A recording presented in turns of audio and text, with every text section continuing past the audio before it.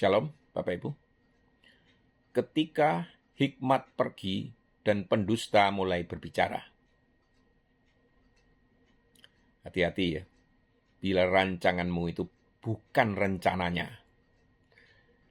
Percayalah kepada Tuhan dengan segenap hatimu dan janganlah bersandar kepada pengertianmu sendiri. Amsal 3 ayat 5. Satu ayat lagi. Ada jalan yang disangka orang lurus, tetapi ujungnya menuju maut. Amsal 14 ayat 12. Masih di Amsal ya. Ada bisikan yang menghancurkan, Bapak Ibu. Jarang ada orang yang bangun pagi lalu berkata, hari ini aku akan menghancurkan hidupku. Nggak ada, Bapak Ibu. Kebinasaan biasanya dimulai dari sesuatu yang tampak kecil. Sebuah pikiran. Sebuah kompromi. Sebuah bisikan, Bapak Ibu. Dan sebuah alasan. Sebuah langkah yang dianggap tidak berbahaya ya. Dan disitulah si pendusta mulai bekerja. Ia tidak datang dengan tanduk dan wajah yang mengerikan sekarang, Bapak Ibu. Tidak zamannya lagi. Ia datang dengan suara yang terdengar masuk akal. Ia berbisik begini, Bapak Ibu. Lakukan saja.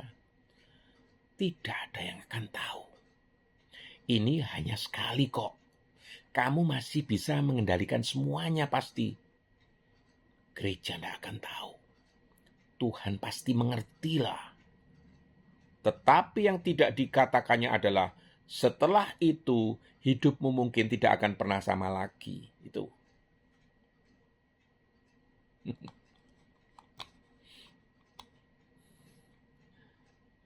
Iblis tidak menawarkan dosa sebagaimana adanya, Bapak Ibu. Ular di Taman Eden tidak berkata, Hawa, makanlah buah itu, dan seluruh umat manusia akan jatuh ke dalam dosa. Tidak, Bapak Ibu. Ia membungkus racun dengan kemasan yang menarik justru. Sekali-kali kamu tidak akan mati. Kejadian 3 ayat 4. Itulah strategi pendusta sejak dahulu. Ia tidak menjual kehancuran. Ia menjual kenikmatan justru. Ia tidak menunjukkan kuburan. Ia menunjukkan bunga-bunga di jalan menuju kuburan itu. Ia tidak memperlihatkan air mata.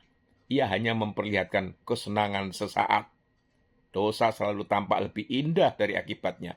Jika manusia dapat melihat seluruh akibat dosanya sejak awal, banyak dosa tidak akan pernah dilakukan kok. Bagaimana ketika hikmat itu menjauh? Kitab Amsal berulang kali menggambarkan hikmat itu sebagai seorang wanita yang berseru di jalan-jalan, Bapak Ibu ya. Hikmat memanggil, hikmat memperingatkan, hikmat mengajar, tetapi manusia sering menutup telinga. Lalu datang saat yang mengerikan, bukan ketika dosa mulai berbicara, melainkan ketika hikmat berhenti mendengar. Saat itulah, seseorang mulai kehilangan kemampuan untuk menilai, Bapak Ibu.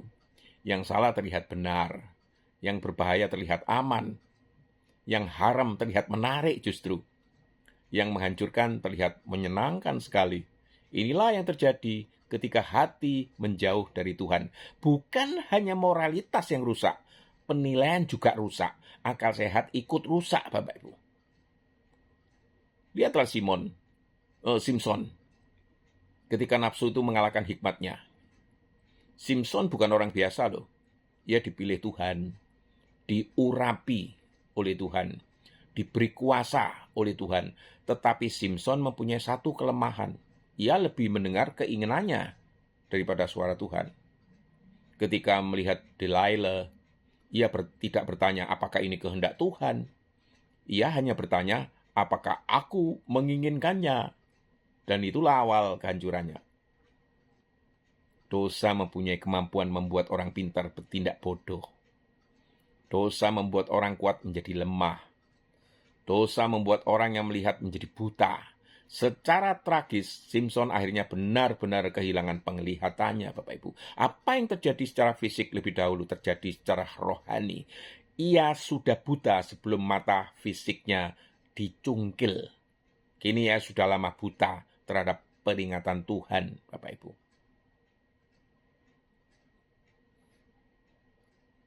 Tidak ada yang akan tahu. Inilah salah satu kebohongan terbesar dari neraka, Bapak Ibu ya. Tidak ada yang akan tahu. Tetapi Alkitab berkata, tidak ada sesuatu pun yang tertutup yang tidak akan dibuka. Lukas 12 ayat 2, Bapak Ibu. Mungkin manusia tidak tahu, mungkin pasangan tidak tahu, mungkin anak-anak tidak tahu, mungkin gereja tidak tahu, tetapi Tuhan tahu.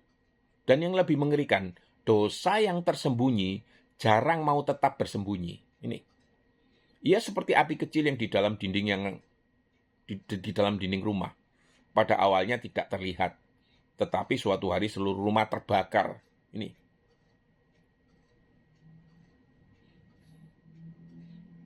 sadarilah Bapak Ibu, kebinasaan selalu lebih mahal daripada yang memang dibayangkannya. Pendusta selalu menyembunyikan harga sebenarnya. Ia hanya menunjukkan keuntungannya, Bapak Ibu. Ia tidak menunjukkan tagihannya. Ia berkata nikmati sekarang, tetapi tidak berkata bayar nanti. Enggak ada kata-kata itu, Bapak Ibu. Meskipun akhirnya ke situ. Esau menjual hak kesulungannya demi semangkuk makanan. Pada saat itu tampaknya masuk akal. Tetapi kemudian ia menangis, Bapak Ibu. Yudas menjual Yesus demi 30 keping perak. Saat itu tampaknya menguntungkan, tetapi kemudian ia hancur. Bapak Ibu, tidak ada dosa yang murah. Tidak ada pemberontakan yang murah. Tidak ada kompromi yang murah. Tagihannya selalu lebih mahal daripada yang diperkirakan. Itu loh. Jadi apa yang terjadi ketika rancanganmu itu bukan rencananya? Inilah akar masalahnya. Banyak orang tidak percaya apa kehendak Tuhan. Mereka bertanya, bagaimana Tuhan bisa memberkati keinginanku, padahal Tuhan tidak pernah berjanji memberkati kompromi, Bapak Ibu. Tidak pernah berjanji memberkati dosa. Bila rancangan kita bertentangan dengan kehendaknya, kita sedang berlayar melawan arus kerajaan Allah. Dan tidak ada manusia yang cukup kuat untuk menang melawan Tuhan. Ini loh. Berbahagialah Bapak Ibu, Roh Kudus itu masih memperingatkannya. Kabar baiknya adalah Roh Kudus itu masih berbicara. Sebelum Daud jatuh, Roh Kudus memperingatkan. Sebelum Petrus menyangkal, Yesus memperingatkan. Sebelum bangsa Israel dihukum, para nabi memperingatkan. Tuhan tidak suka menghukum tanpa lebih dahulu memperingatkan. Karena itu bila hati Anda masih merasa gelisah saat hendak berbuat dosa, bersyukurlah. Itu tanda Roh Kudus masih bekerja. Yang berbahaya adalah ketika seseorang tidak lagi merasa bersalah. Ini loh. Tidak lagi merasa takut. Tidak lagi merasa terganggu. Karena hati yang terus menolak suara Tuhan lambat laun menjadi keras, Bapak Ibu. It's not worth it. Bapak Ibu, tidak ada perselingkuhan yang sebanding dengan kehilangan hadirat Tuhan. Camkan ini. Tidak ada kenikmatan sesaat yang sebanding dengan damai sejahtera yang hilang. Tidak ada dosa rahasia yang sebanding dengan luka yang ditinggalkannya. Tidak ada keuntungan dunia yang sebanding dengan kerugian kekal, Bapak Ibu. Seperti kata Yesus, apa gunanya seseorang memperoleh seluruh dunia tetapi kehilangan nyawanya? Markus 8:36. Apa gunanya memperoleh kesenangan beberapa menit bila akibatnya bertahun-tahun? Apa gunanya mendapatkan apa yang diinginkan daging bila kehilangan sukacita Roh Kudus? It's not worth it. Tidak sebanding, tidak layak, tidak pantas ditukar dengan hadirat Allah Tuhan, Bapak Ibu. Mungkin hari ini ada seseorang yang sedang berdiri di persimpangannya.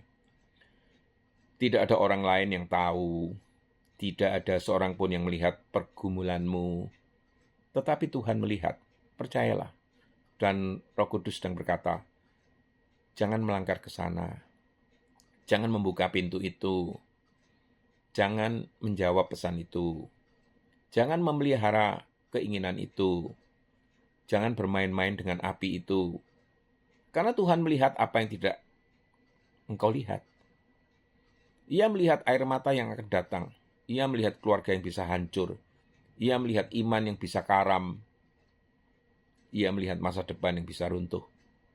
Dan di dalam kasih-Nya, Ia memperingatkanmu hari ini. Jangan dengarkan si pendusta. Dengarkan Roh Kudus. Jangan ikuti hasrat sesaat. Ikuti hikmat yang dari atas. Jangan kejar apa yang tampak manis, tetapi berakhir pahit. Kejarlah kehendak Tuhan, sebab ketika hikmat tinggal di dalam hati, jalanmu akan aman. Tetapi ketika hikmat pergi dan pendusta mulai memimpin, kebinasaan sedang menunggu di ujung jalan. Pilihlah suara Tuhan, pilihlah hikmat, pilihlah kehidupan. Amin.